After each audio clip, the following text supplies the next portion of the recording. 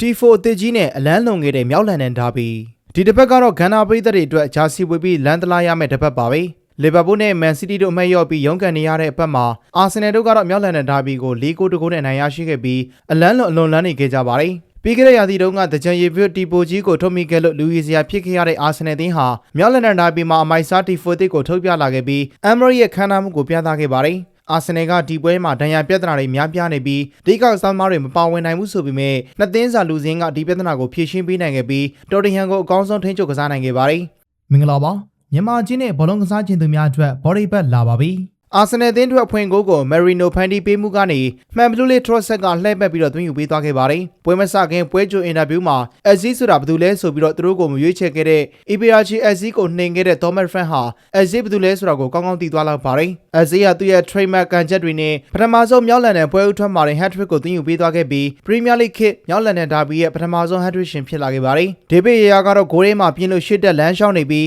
ရာရာပြင်းပြရအောင်စပါရိုဘက်က Richarlison ကခြေပါကုတ်တစ်ခုကိုတော့ရယူပေးလိုက်ပါတယ်။ဒါကစပါရဲ့တိုက်စစ်ချင်းချမှုဖြစ်ခဲ့ပြီးဒါဘီခြေစွမ်းတော်မပြသနိုင်ပဲအမ်မရီမှာကစားကွက်တော်မရှိပလန်မရှိနဲ့လက်ပလာနဲ့ပြန်သွားခဲ့ရပါတယ်အာဆင်နယ်ကဒီပွဲကိုအနိုင်ရလိုက်တဲ့အတွက်အဆင့်1မှာဆက်လက်ရပ်တည်နေပြီးဒုတိယနေရာကချက်စီနဲ့6မှတ်မန်စီးတီးကို9မှတ်ထိဖျက်လိုက်နိုင်ပါတယ်အာဆင်နယ်ကသူတို့ရဲ့အကောင်းဆုံးခြေစွမ်းကိုဆက်လက်ပြသနေရင်လာမယ့်ဂျိုင်းယန်မှာဘိုင်ယန်မြူနစ်အသင်းကိုရင်ဆိုင်ဖို့အဆင်သင့်ပြင်နေပါတယ်